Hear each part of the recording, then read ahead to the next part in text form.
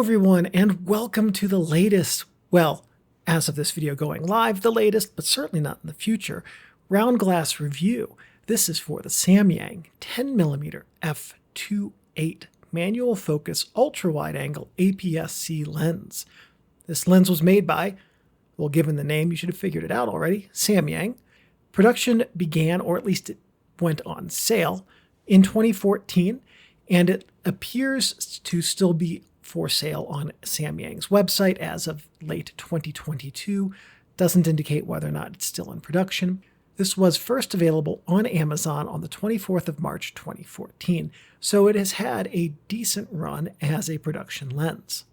Typical uses for this lens, being an ultra-wide lens, are nature landscapes, seascapes, cityscapes, astrophotography because it has a relatively fast aperture, architectural interiors because it peaks in sharpness and depth of field between f5.6 and f8, as well as architectural exteriors, street photography, and this last one might be a bit surprising, journalism. So now to get down to the core of this whole video so that you can hit stop as soon as I finish this paragraph, this is a great lens with some asterisks. Namely, it can focus past infinity, which is annoying when you need accurate infinity focus wide open, and it can also slip out of focus very easily.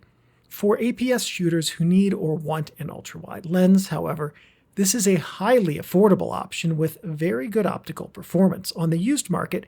Just recently, as an example, the lens that I used to make all of the images in this video sold for $40. So first up, let's unpack this lens's name. Samyang, as we've established, is the maker. 10mm is the focal length. f2.8 is the widest aperture.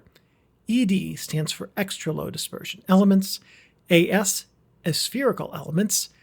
NCS, nano crystal coating, and CS, APS-C format. The coverage comparison shot here shows what the lens does on full frame, as well as how that aligns with the formats that it does cover, and then there's a second one that will show how it performs on APS-C versus Micro Four Thirds. So giving you nothing that isn't reiterated dozens of times in reviews over the last 8 years, at least as of this video's upload, the focal length is 10mm with an angle of view of 107.3 degrees to 110.5 degrees based on the specific APS-C format and camera. The aperture range is 2.8 to 22. There's no applicable filter size because you can't put front or rear filters on this. The closest focus is 24 centimeters, which in the US is approximately the length of a worthwhile strip steak. It's manual focus only, and the systems available include Canon EF-S, Canon EF-M, Nikon D, Pentax K, Fuji X, Samsung NX, Sony A, and Sony E. I owned this lens in Pentax K and used it on Pentax, Sony, and Canon EOS R cameras.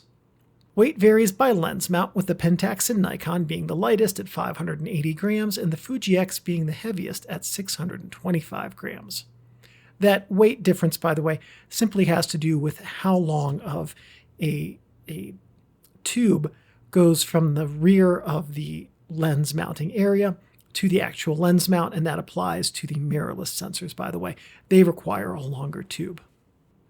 The easiest photos to achieve with this lens are ones where you can set the lens to focus from infinity to the closest focus point at either f6 or f8. So essentially a mid-aperture, air quotes, hyperfocal distance. What you're using really with that is the distant zone focus at f5.6 or f8. When you do that, it allows an amazing depth of field without sharpness loss due to the diffraction that can occur with smaller apertures like 11, 16, and 22. Also, with this setup, that makes this lens very good as a walk-around lens, and you can even use some masking tape to keep it locked at that focus distance if you plan on just using the same aperture all day long. Now, to find the focus point you need for this, what you're going to do is you're going to use live view and you're going to zoom into something in the distance. Infinity focus can reasonably be defined as 400 times the focal length, which would be 4 meters.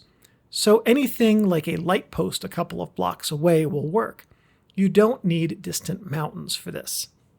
Now, in live view, Focus on something at infinity with your aperture stopped down to the setting you want, say 5, 6, or 8. Now you're going to adjust the focus ring until that distant object is just in focus. Then what you're going to do is you're going to focus the lens closer until the infinity object starts to blur, and then back the focus out until it's crisp again. Now you're set. If you want to shoot astrophotography with this lens, you can do that with live view, and you can use that live view setting to focus in on points, which would be the stars at night. It is easier, however, to focus this lens at infinity during the day and tape the lens at that setting. If you have the interest in making this lens more usable for astrophotography, calibrating the hard stop to infinity is advisable. There are tutorials online on how to do that already, and the specifics are beyond this video scope. For metering, this lens will often get the sun into the frame. So when you're outside on a sunny day, center-weighted metering can help your results and also help prevent overly dark images if the sun is in the corner of your shot. Also, interior shots for architecture work benefit from full sensor metering. Lastly, for any type of photo that involves architecture, keep the camera level, and you'll want to do that to avoid the substantial keystoning that will require a lot of invasive photo editing to correct. Ultra-wide lenses like this keystone readily and rapidly when you start tilting them upward. Wow, this lens has a lot of glass in it. Fortunately, most of it is small, so the lens is pretty light. As you can see in the diagram, this is an advanced retrofocus lens design with a spherical and extra low dispersion glass. The spherical elements help improve optical performance by correcting some of the lens flaws. The ED lenses, the extra low dispersion glass that is, as we've talked about in previous videos in this series, bundle the light rays, leaving the element more closely to help eliminate color fringing in out-of-focus areas. Overall, this lens achieves the objects the design sets forth, and it performs very well. Breathing is, as is the case with Samyang's wide lenses that I've used, functionally non-existent. So, videographers, if you can handle a stepped aperture and need an ultra-wide APS-C lens with no discernible breathing, well, here you go. The aperture is stepped with an aperture ring, but honestly, I don't know why it has an aperture ring at all. The only film cameras that this would mount on that need an aperture ring to work are the Nikon Pronia series, and that was Nikon's APS-C film format that used the f-mount lenses. All other SLR mount cameras I know of that this lens could mount on are full frame, being the Pentax, or have electronic aperture control, the Canon EF. This lens would have benefited from not having an aperture ring at all and being set to automatic aperture control by default with aperture control from the camera. The front element is stationary and non-rotating. Focus throw is, according to my 99-cent 360-degree protractor, 130 degrees. The focus ring is stationary in that it does not move in and out. With a wide and good grip, this lens, by the way, as a manual focus lens, it handles really beautifully. Focus damping is a bit subpar for me, and I found that the lens's focus ring was a bit easier to turn than I generally like on a manual focus lens. Now that's personal preference, and for many, if not most users, the focus ring will be perfect. Sharpness is really stunning when the lens is used well and properly. That means keeping it in the f4 to f8 range if possible. Honestly, though, most of the time that's really all you need. Anything smaller than f8 only serves as exposure control for extreme situations. There is some corner distortion, by the way, on par with ultra-wide lenses, and that's amplified if the scene has a depth of field with content in the corners that's very near the lens. The build quality is on par with Samyang manual focus lenses of this lens's vintage. The housing feels good, the mounts are solid, but the focus ring does feel a bit soft to me. Not loose, I'd just like more resistance in the focus. Contrast is exceptional, and that translates into rich colors too. Even in foggy conditions, this lens delivers rich colors and contrast.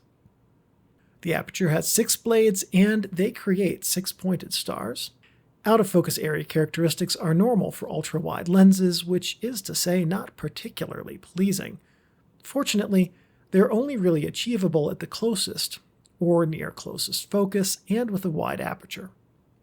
Design flaws are pretty well controlled, with ghosting and minimal localized flare occurring when bright lights are in the image. Light loss is a bit heavy compared to other lenses, but not too out of line for ultra-wides. Compared to other ultra-wides in this price range, though, it's pretty minimal. Honestly, in real use, I didn't notice it in my images, and I don't use peripheral illumination correction ever. I only noticed the light loss when photographing my computer monitor, with a plain white screen and the lens set to infinity. And that's how I do the light loss tests, by the way.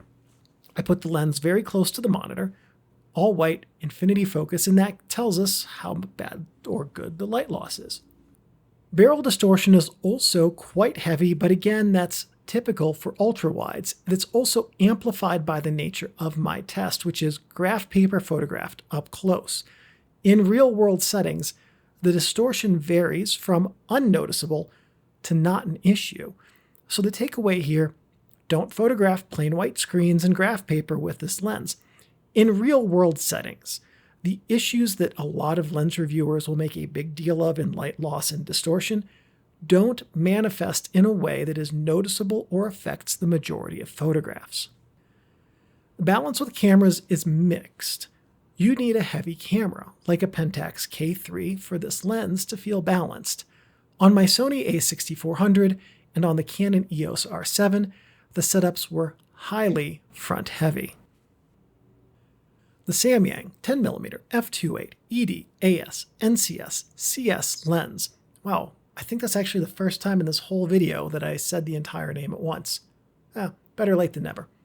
Anyway, this lens is a use case for manual focus ultra-wide lenses. The lens makes APS-C an ultra-wide friendly format for a very reasonable price. And for you videographers in the audience, this is a near ideal ultra-wide APS-C format lens. Samyang lenses were, for decades, budget lenses, and the camera store that I visited a couple of times each month growing up used to tell people that they were not good. It begs the question, why stock them? But I digress. Having used old Samyang lenses, yeah, they were not on par with OEM lenses of the time. Let's shake that stigma off once and for all. Samyang makes fantastic lenses, and at a price that most photographers can justify. Finding a good Samyang lens is like finding a quarter on the ground. It's not hard to do, and your day is a bit better for it. This lens, in particular, came from a time when Samyang lenses had started getting very good. And it's worth noting that the majority of this lens's issues are only issues in air quotes, and, when used properly and well, this lens has no real issues, especially compared to similar lenses of the same focal length and price range. So to that end, keep the sun out of the frame, keep your lens level, shoot scenes with deep depths of field, but not where the framing goes from infinity to almost touching the lens. This is one of those lenses that hits way above its weight class when it's used well. The Samyang 10mm f2.8 is sort of like a single-haired paintbrush. Sure, that single-haired paintbrush could be used to paint a mural, but it's not the right tool. Sure, you could use this lens for every shoot you do, but again, not the right tool. This lens thrives on deep depths of field, expansive scenes that benefit from the angle of view, and shots that need detail and color and contrast. This is a great lens in the right setting, and a fun lens in the wrong ones. So if you have this lens, learn to use it well and as it's designed. Then go out and do all the things an ultra-wide shouldn't. You'll have a blast the whole time and get some great photos as you do it.